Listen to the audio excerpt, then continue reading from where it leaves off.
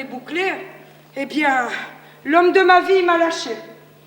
Toutes ces années à attendre des jours meilleurs, balayés par un infarctus foudroyant. Alors tu sais pourquoi on vit pas sur la même planète tous les deux? Parce que malgré tout ça, et peut-être même à cause de tout ça, eh bien moi j'y crois encore. Et je trouve que la vie, c'est formidable. Et que ça vaut vraiment le coup d'aller jusqu'au bout. Mais ça m'impressionne pas votre couplet sur la guerre et ses atrocités. Qu'est-ce que j'en ai à foutre? J'ai 20 ans, moi, madame, et votre Dien Bien Phu, là, c'est qu'un souvenir d'école, à caser dans le rayon Marignan et Waterloo. Vous, la haine, elle est temporaire, jugulée, planifiée, avec un quelconque armistice en point final, et 20 ans après, un petit vin d'honneur, et hop, il y a les survivants qui s'embrassent. Moi, ma haine, c'est un crabe, et je l'ai dans mes tripes, et chaque fois que ma haine s'apaise, il y a le crabe qui vient me titiller. Il faut surtout pas qu'elle s'endorme, ma haine, c'est tous les jours, dans le regard des autres qu'elle grandit. Un regard d'incompréhension. J'ai pas été élevé pour être une victime. Chez les Belkacem, on n'a pas été que nourri, on a été aimé, surveillé, suivi, parce que ça a servi à quelque chose. Elle vient de là aussi, ma haine.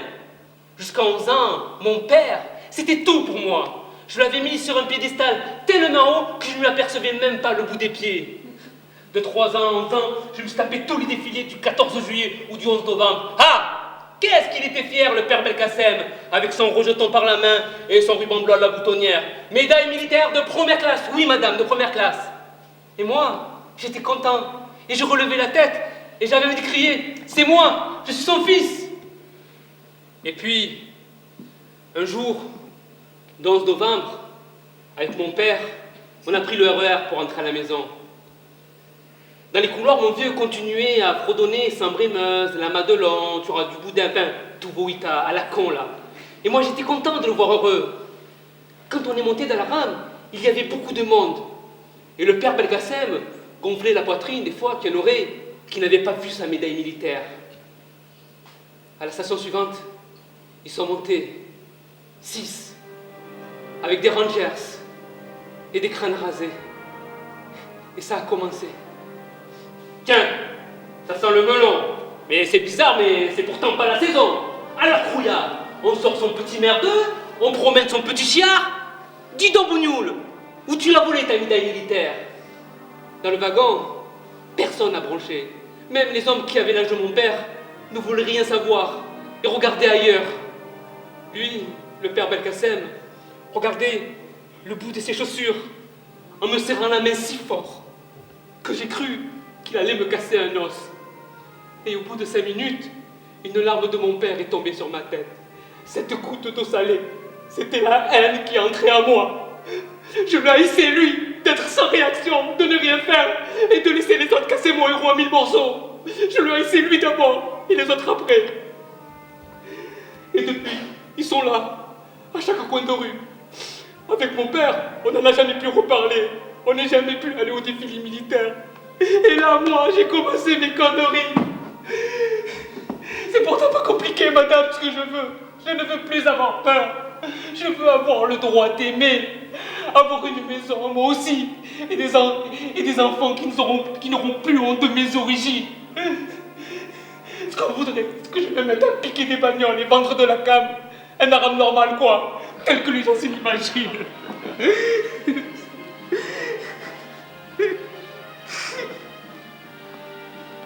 Allez, vas-y, mon petit, va. Allez, pleure. Craque un bon coup. Mais tu n'es pas tout seul, tu sais. D'abord, il y a Natacha. Tu l'aimes. Elle t'aime. C'est une vraie force, ça. Et puis, il y a nous, Jeanne et moi. Oh, c'est vrai que depuis un mois, je joue les vieilles ronchons, mais je sais très bien que tous les deux, vous avez amené la vie dans cette maison. On vous aura surtout pas mal emmerdé, surtout vous, madame Marivonne. Allez, dis pas de bêtises. Et puis arrête avec tes madame Marivonne et tes vouvoiements. Allez, appelle-moi Marivonne et tutoie-moi. Et d'après toi, qu'est-ce qu'il faudrait faire que pour tout cela change? Tu crois qu'un jour la vie, elle sera meilleure? Mais bien sûr, il faut y croire. Sinon, pourquoi vivre? Un jour, on s'en foutra pas mal de savoir si tu es musulman, juif, catholique ou bouddhiste. Il y aura une vraie solidarité parce que notre vieille terre sera malade. Tellement malade que les gens comprendront qu'ils sont allés trop loin. L'individualisme sera démodé et il faudra céder, vivre ensemble ou disparaître, tous ensemble. Et il y aura plus de ghetto, plus de cité, plus de béton? J'y crois.